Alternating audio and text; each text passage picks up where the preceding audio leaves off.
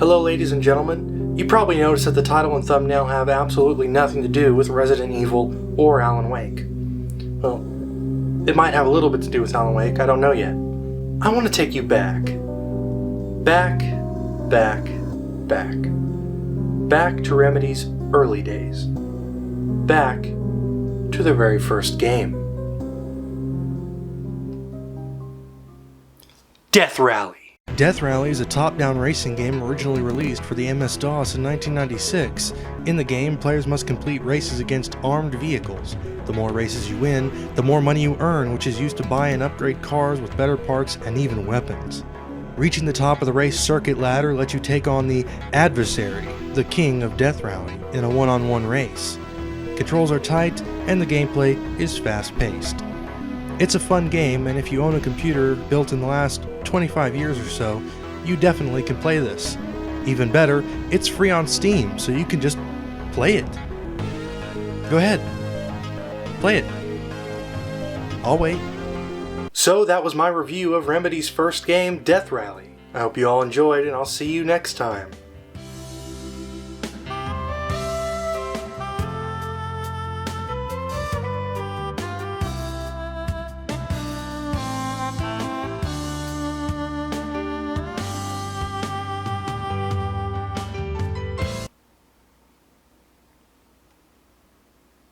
Oh, you're still here.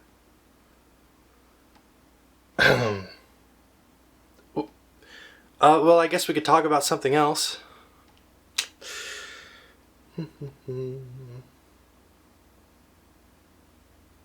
Alright.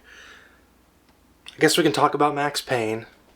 Although Death Rally was technically Remedy's first game, it was Max Payne that really put their name on the map. It was innovative, it was unique, but most importantly, it was a hell of a lot of fun. That's why I've decided that today we'll be talking about Max Payne. It is my channel after all, I make the decisions. But before we dive into Max Payne, let's actually take a look at how this game even came to be.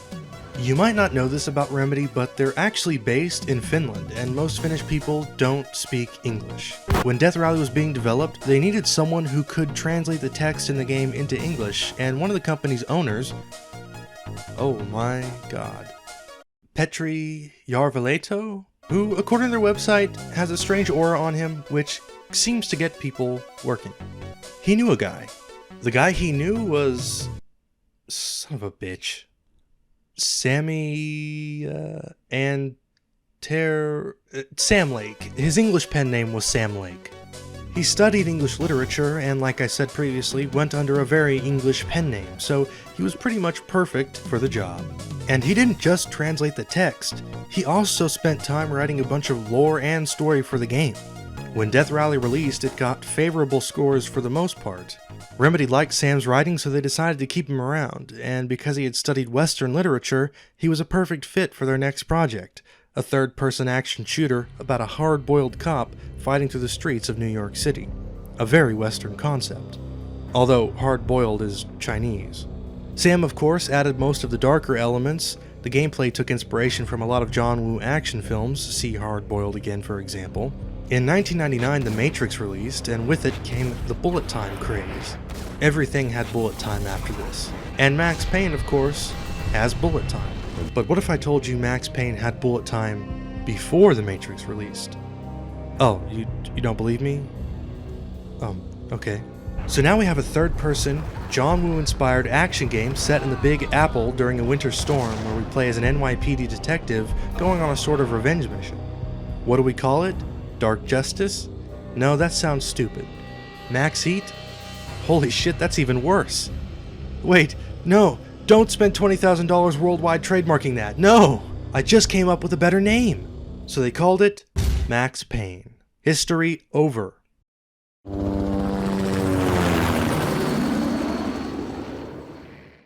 New York City, present day, but actually 23 years ago.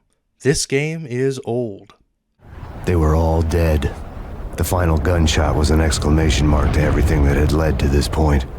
I released my finger from the trigger. Max Payne is just your normal, everyday NYPD detective, working in Manhattan and living in New Jersey. What? Ew! It's not all bad though, at least he has a wife and baby. You can probably tell where this is going. Spoiler alert, Max comes home to find his house ransacked and his wife and child murdered. This game does not hold its punches. It's a gruesome scene with a disturbing amount of detail. I'd have to give the game a point on shock factor alone. This opening lets you know right off the bat that Max Payne is not your typical, lighthearted kids game. It's deathly serious and wants to be taken seriously, and its presentation is one way it achieves this. In the late 90s and early 2000s, games were still getting used to the whole 3D graphics thing and liked to show off everything they were capable of. As such, most cutscenes at the time were rendered in two ways, either in-game or through pre-rendered FMVs. Neither looked any good. Remedy's choice was to skirt 3D cutscenes for most major points in the game, and was done mostly for budget reasons and because it would have been impossible for Remedy's engine to convey this sort of action and emotion in real time. Max wears his shit-eating grin throughout the whole game, no matter what's going on. These comic-style cutscenes were a no-brainer. They're cheaper to produce, they're quicker to produce, they're still images so you don't need real actors. Put your mom in the game, I don't care. And for the most part, it works. Sometimes it's actually really great. James McCaffrey gives a stellar performance in this game. He's great, for the most part. No! All jokes aside, I cannot imagine Max Payne being voiced by anybody else. I didn't like the way the show started. They'd give me the best seat in the house, front row center. 3 years following the death of his family, Max transfers to the DEA as an undercover agent. The people who killed his family were high on a new designer drug called Valkyr. His mission since then was to find a way to get it off the street. His current mission is to meet up with his contact at the NYPD, Alex, at the Roscoe Street station. The station was drenched in gloom. Alex was a ghost, nowhere to be seen. I'd have to look for him. Things go awry quickly when mob boss Jack Lupino's goons arrive. Kiss it goodbye. This is when we learn how unforgiving the game can really be. This first level is used to hammer in the rules of the game. Don't run blindly into a room, always check your corners, never stop moving in a firefight, and for God's sake, use the bullet time. You cannot beat this game without the bullet time, especially on the Dead on Arrival difficulty. I'm sure some psychopath's done it before, but you know, they're a psychopath. Max Payne is well known for being very ruthless in its difficulty. I, being well known for hating myself, actually beat the game on the hardest difficulty. I have mastered the roll dodge. It's like playing fucking Dark Souls.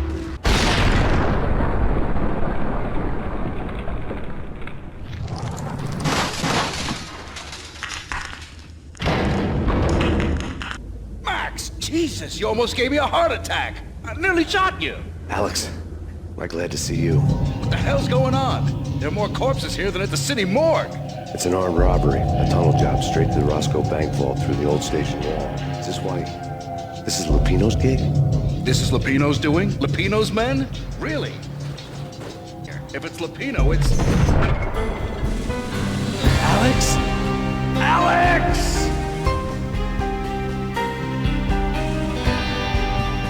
There was nothing I could do. He was dead. I could tell by the empty, accusing stare of his eyes. With the death of Alex, Max no longer cares about staying undercover or playing by the rules. Now he's out for revenge. Max infers that Jack Lupino had Alex killed and put the blame on him. How did he find out Max was a cop? We'll figure that out later. Max doesn't help himself either because he directly implicates himself in a bank robbery during the first mission. We come to you now live from the crime scene. Who is this? Right back at you. This is Deputy Chief Jyim Bravura from the NYPD. You are to cease your criminal activities and surrender immediately. Sure thing, Jim. Me and the boys have been talking and everyone's real sorry. They'll never do it again. Right now, Max just wants plain old revenge, and with the NYPD on the hunt for him, he makes his way to the hotel where he believes Lupino is. He's not there, and everyone, knowing Max is a cop, tries to kill him. There's nothing really to this level. The gameplay is pretty simple. Check your corners. This level's really used to get us acquainted with some of the characters and flesh out the goons. Piece of crap! Oh, careful, it might kick back. Right before we kill them. Killer vet. Gun him down! Whack him! People to know before moving on: Jack Lupino, He's a mob boss peddling the Valkyr drug, a good reason to hate him. Then there's Vinny Gognitti, an underling of Lupino. He organizes the big drug deals or meetings or whatever the hell. And then there's Angelou Punchinello, the Dawn of the Punchinello crime family. Lupino works for Punchinello. And then there's Bibi, the other contact that Max has at the DEA. Remember him. He's the guy that told Max to go to Roscoe Street. He makes his way through the hotel, killing everyone in his path, and eventually makes it out onto the street. Here we get our first true taste of the game's iconic snowy New York City setting. It's cold, it's dark, it's isolating, it's actually beautiful. It also serves a purpose. A huge blizzard explains away the lack of civilians on the streets and cars on the road. You can occasionally see a car drive by, implying there is stuff going on somewhere. It also explains why it takes the cops an unbelievably long time to get from place to place. Max spent the last 30 minutes shooting up a hotel in the middle of the city, and somehow was able to make his escape before the cops even knew what was going on. And then a fucking truck blows up. Come on, man. Nobody called the cops for this? I know this place is a shithole, but nobody's gonna call the cops? The guy driving that truck is dead. Just another day in the Bronx, I guess. Is this mission set in the Bronx? Is the Bronx even a shithole? I don't know. I've never been to New York. Despite the serious tone, there's a lot of humor to be found here. The password. John Woo. Come on. Okay, John Woo. All right. Come right in. It's a trap! It's Payne! There he is. But also there's this. Mirrors are more fun than television. Mirrors are more fun than television. Somehow I know this, just don't ask me how. And I, not me, but my double, nods and smirks at this like it was the funniest thing in the world. And then something goes wrong, and suddenly they know I'm there, hiding behind them, and they both turn to look at me with cold eyes. And the flamingo speaks again. Threshold tolerant range does. I have no idea what that means.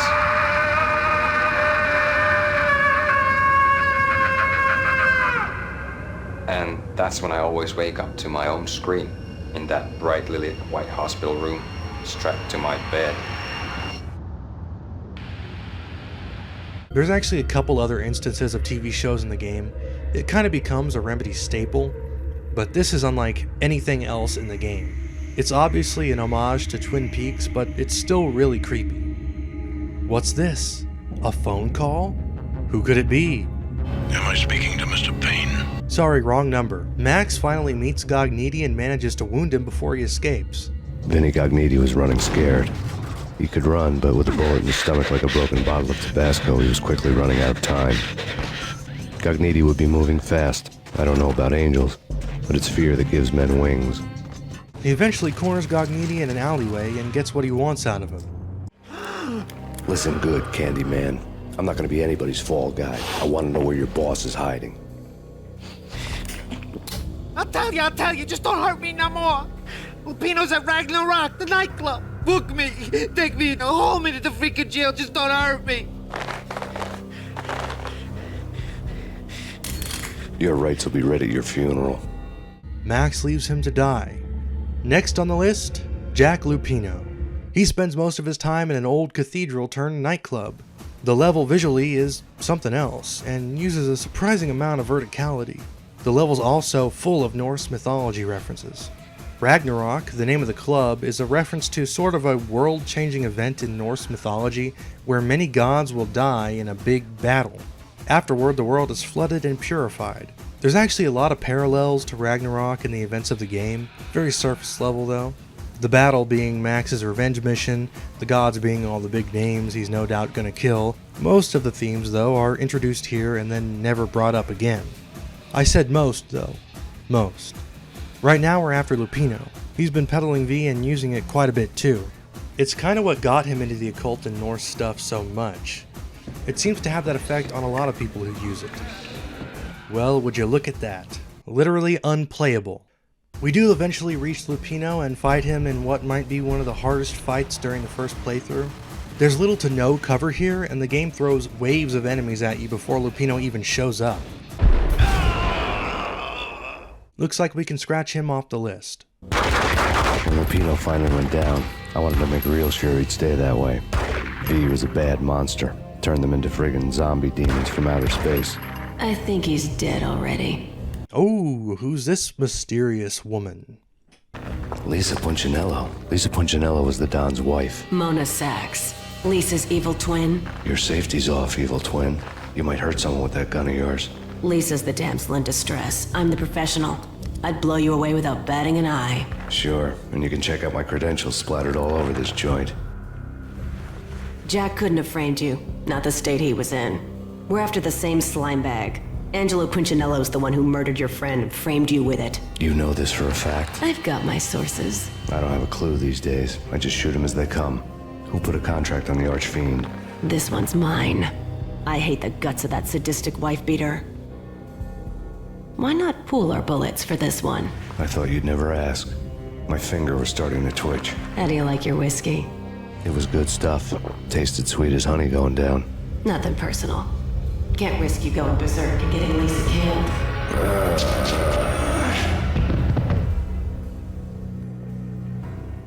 Oh great, a nightmare sequence. It's not that bad. I mean, apart from the terrible movement, it's not that bad. This nightmare sequence is used to hammer in Max's guilt for his family's murder. Guys, he didn't actually kill his wife, it's metaphorical, he just feels responsible. He feels responsible. We're here in a basement, getting beat up. Pleased to meet you. I'm Frankie the Bat Niagara. Niagara, as in you cry a lot? Add him to the list. So here we have no weapons and only a little bit of health and have to face off against a bunch of enemies. I think it's meant to be some sort of hybrid stealth combat section, but the only way I've seen it done and have been able to reliably do is cheese the enemies like this. What the hell? What the hell?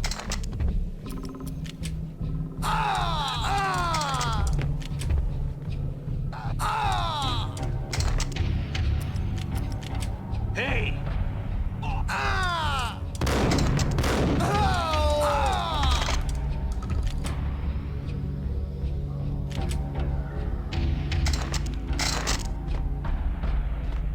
Once we get back to the surface, we can see the cops have come and gone and the crooks have filed back into the hotel.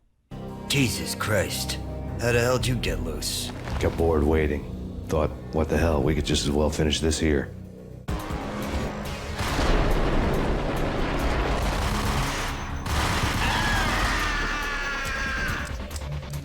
Okay, we can cross Frankie off the list. He didn't last very long. After leaving, Max is stopped by this guy, Vladimir whatever the fuck, the leader of the Russian mob in NYC. Bang. You're dead, Max Payne. He's here because Max is really good at killing people, and he needs some people killed. So now what we're going to do is we're going to put the main story on hold, and we're going to go do this thing for Vlad real quick. We're at the docks in Brooklyn. We're going to steal a guy's boat. Does it get us any closer to confronting Punchinello? Many argue no. We're gonna do it anyway. I can see why many consider this level to be the weakest in the game. The main story is put aside for a more gameplay focused level, and honestly, I kind of enjoy it, if not for the sniper that we are so graciously bequeathed here. If there's any reason to play Max Payne, it's the bullet time. With the press of a button, Max can slow down time and maneuver around enemies. He can even jump through the air, dodging bullets with a visual that harkens back to that scene in The Matrix. And you can also fire back at them as you whiz through the air. And those bullets flying by, that's not just some superficial effect or screen overlay. Those are real bullets coming from the enemy's guns. Every single bullet fired by you or an enemy is physically rendered. This ain't no hit scan game. Bullets take time to hit their targets, although it seems to be heavily exaggerated for gameplay here. So you have to lead your shots and anticipate any movement, or else you'll be wasting entire clips without hitting anything. They're mags, not clips, you absolute fucking dummy. But that's what the bullet time is for. It's a tool to make the combat more bearable. If you're not using bullet time, what the fuck is wrong with you? Use it! So he fights through the warehouse and rows of shipping containers and eventually makes it to the ship. He finds the guy, kills him, I forgot his name, We do get the Colt Commando here, a very nice weapon. It will come in handy in the future. I guess the real reason they included this mission was to give Max some sort of ally for the future. Vlad will come back in the future. What? He will. So one of the reasons given for doing this boat mission was so Max had a big enough arsenal to take down Punchinello at his mansion. Max doesn't go to his mansion. He decides to call Punchinello and set up a meeting at Punchinello's Italian restaurant. Yeah, I'm starting to question Max Payne's decision making. Oh, see, look, I knew this was gonna happen. Okay, now let's actually go to the mansion. We gotta take out Angelo Punchinello, the Don of the Punchinello crime family's right-hand men before we can take out Angelo Punchinello, the Don of the Punchinello crime family. It's around here we get another call from the strange man. Max Payne. Talk to me. Alfred Woden. You've got company. An armed helicopter just landed on the manor grounds. You must hurry. The more the merrier. He seems to be helping us, but why? And who is he? Well, why don't you stick around? We'll find out soon enough. But now, Punchinello's wife is dead. Punchinello was a pushover. The moment I stepped into the room, he folded like a deuce before a royal flush. No, wait. I was just doing what I was told. I couldn't refuse. She's someone high up. Government, maybe. I don't know. He was trying to buy more sand for his hourglass. I wasn't selling any. No, I told him not to.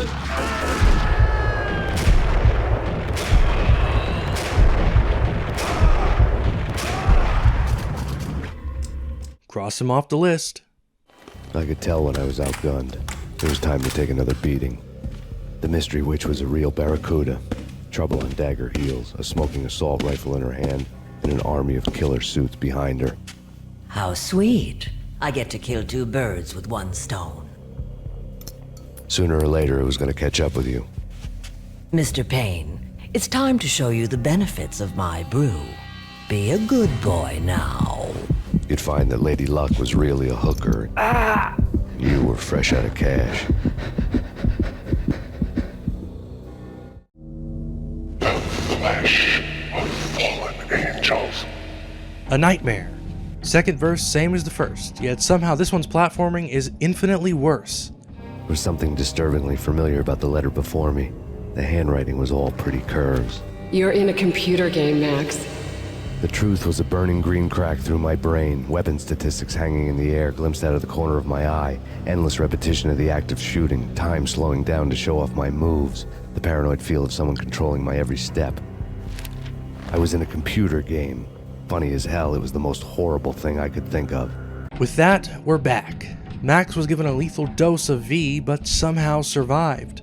Cold steel is the last thing he remembers the strange woman saying. It took me forever to crawl back to my feet and hit the road, but when I did, I drove straight to Cold Steel Foundry outside the city. We've now upgraded from fighting mob goons to fighting private army goons. They're faster, they're smarter, neither of those were true. They have more powerful weapons, at least, yet so do I.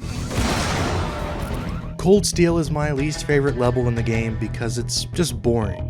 We've already fought in an industrial setting and the combat is pretty much the same as all the previous levels. The military guys do have some funny dialogue though. So, you don't have a name for your gun? Hello? Hell no. You do?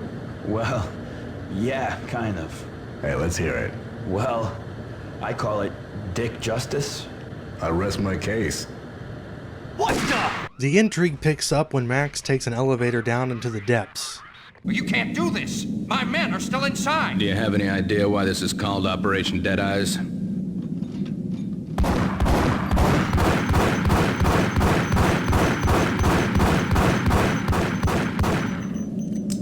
I think he's dead already. Ooh, a cover-up. Alright, things are starting to pick up. In any other game, the secret underground lab where everything is revealed would serve as a finale. But this isn't any other game. This is... you know what it is. Project Valhalla, U.S. Army, Yggdrasil Network. Valhalla, the otherworldly place in Norse mythology where the bravest heroes spent their afterlife feasting and fighting forever, their wounds miraculously healed night after night. Valkyr, the maidens who chose the most courageous Viking warriors and carried them to Valhalla.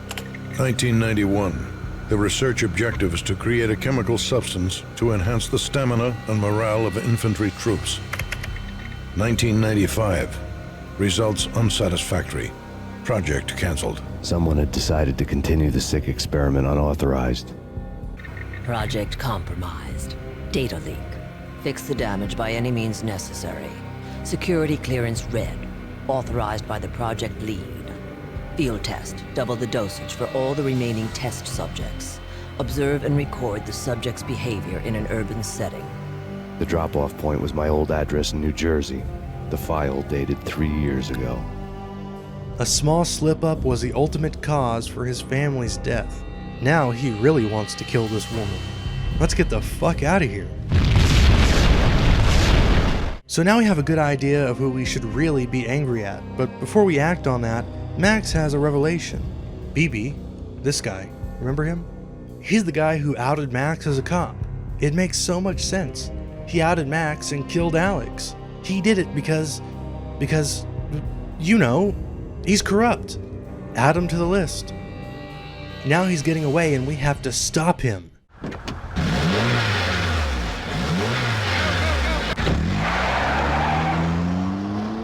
A bad cop on the take. This level's pretty neat.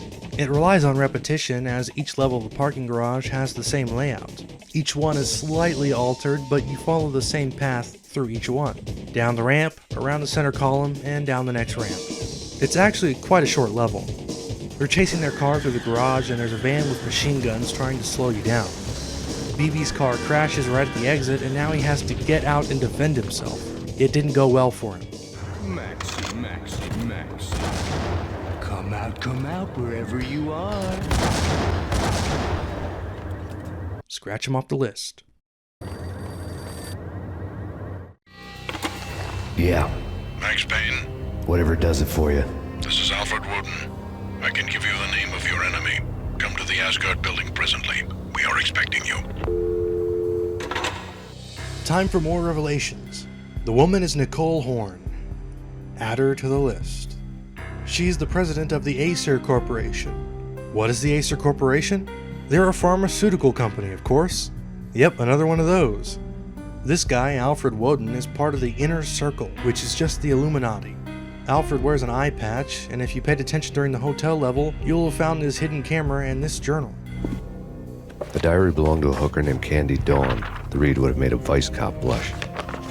Had talks with the mystery hag over the phone again. Sent her the latest One-Eyed Alfred tape. As long as the hag keeps paying for the tapes, the old man could come every day for all I care. Yes, it would seem Woden was one of this woman's customers. You can even, later in the level, find a secret dungeon. Woden is a certified freak. The Inner Circle wants Nicole Horn dead, and they want you to do it. That's when soldiers storm the room and gun down everybody. It was an impressive floor show, but I decided to leave early anyway. It was only a one-story fall. Lucky me. Shortly after this, we can see that Woden was the only survivor. It makes sense Woden would want Nicole dead. She has the entire city in her pocket and no doubt knows about Woden's deviant proclivities. It seems he's washed his hands of the Inner Circle. Hopefully, if Max does what Woden wants, he'll make it out of this okay. Right now, Max needs to get out of here. This level's pretty straightforward. You know the drill. Kick ass, look cool. This level's pretty bitch ass on the DOA difficulty. Is bitch ass a thing? It's bad. They hide enemies around corners to catch you off guard constantly, and the only way to get through cleanly is to have pinpoint accuracy and response time, and also know exactly what's going to happen and when. And this is really an issue with the whole game, but it shines here. On DOA I had to rely on the dirtiest trick I had. Rolling.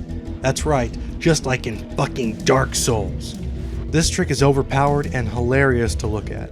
There's a vault under the building that has rows and rows of files involving things the Inner Circle was, well, involved with. They were directly involved with Project Valhalla until the government shut it down. That's when Nicole Horn took it over, changing it from a stimulant for military use into a highly addictive drug, which she then sold to the Mafia.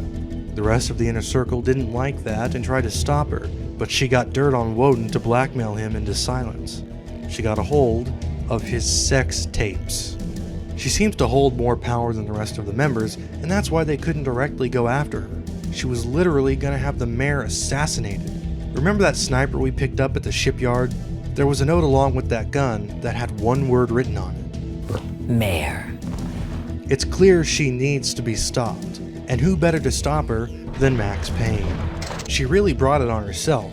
Never a good idea to fuck with a guy named Max Payne. After leaving the Asgard building, there's only one place we can go.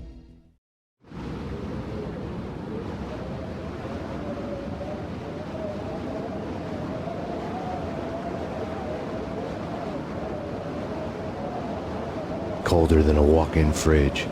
Cold as a gun. Max Payne makes his last stand at the Acer Plaza, a New York City skyscraper. He's got to fight through waves of security to reach the top and take out Nicole Horn. He has to fight against grenade launcher guys, elevator guys, helicopter guys, elevator guys. Wait, did I already say that? Trip mines, but in an elevator. Helicopter, in an elevator. Well, I mean, while in an elevator, the helicopter is... This fuckhead. This last level pulls out some really cheap shit. But we prevail and reach the top just as Nicole is making her escape. We've got 1 minute before the helicopter takes off, but taking her down is as easy as 1, 2, 3.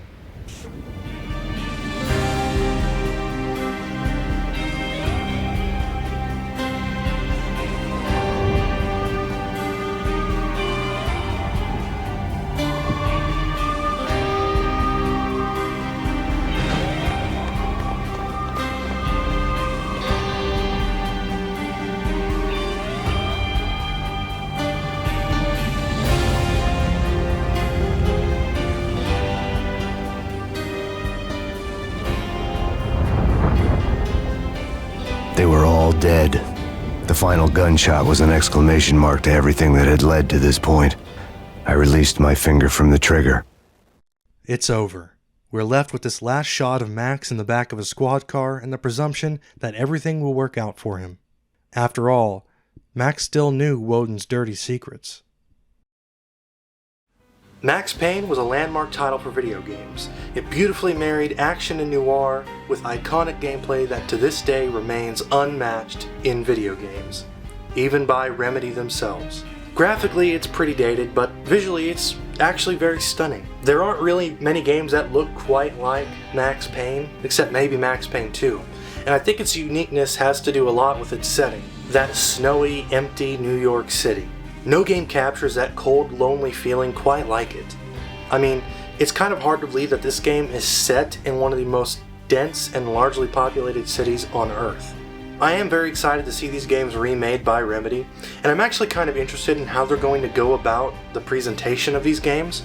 Both Max Payne 1 and 2 use comic book style cutscenes instead of traditional ones. And I'm wondering how the remakes are going to handle it. Are they going to revamp the original comic book panels? Are they going to scrap them entirely for in-game cutscenes? It's actually a very interesting question. And apart from the strange line here and there and odd facial expression, the cutscenes do hold up pretty well. And this is when I push the question on to you. Do you think Max Payne should stick to the traditional cutscenes, or should the remakes revamp things a little bit? Maybe bring it more into line with the style of Max Payne 3? That's it, that's the question. Leave it in the comments below and I'll read it. I'm eager to see your answers. And with that, I leave you for another month or two. Remember, eat your vegetables. The hell? What's going on? Hello everybody, this is Apocalypse Jyim here, back with another Apocalypse video. Today we're going to be doing something a little different because I was running out of food rations at the local Walmart. You could probably guess that there's not a lot left. But I was going through some other aisles and I found these things. These diamond things where you could, like, I don't know, you could find a diamond in them. You know? That'd be cool, right? So we're gonna go ahead and do that instead of you know, a normal video, because I'm running out of ideas. So this is the item. We're gonna go ahead and crack it open. This will be fun, right?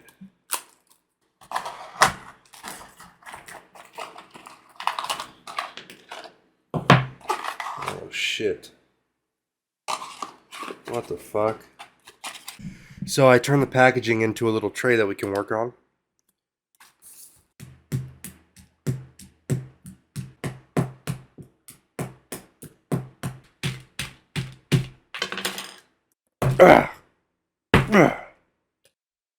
This will probably do the trick, you think? Oh, damn. No, nothing. Got a screwdriver.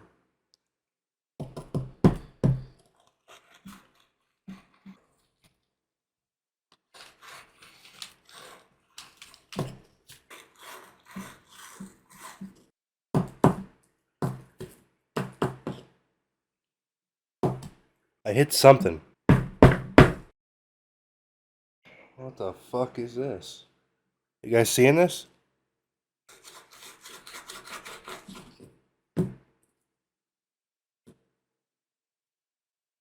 Oh, it's just a rock. It's not even like obsidian or like salt. It's just a fucking rock. What a letdown.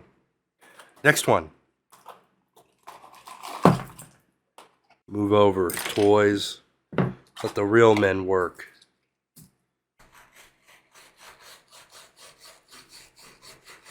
Does it look like another rock to you? I think it's another rock.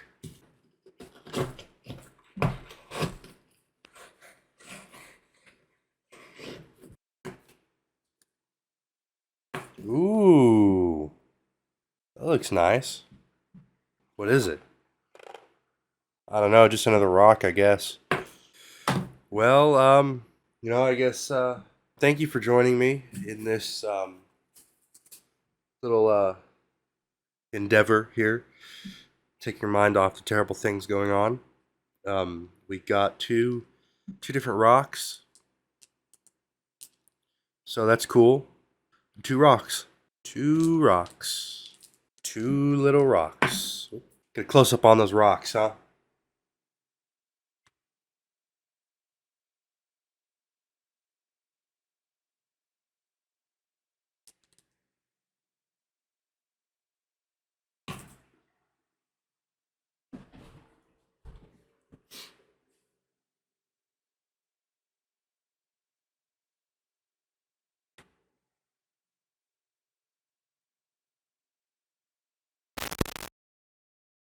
We've now upgraded from fighting mob goons to private army goons. I can't fucking say this. Oh, it's so hard to say that word, but I have to fucking say it.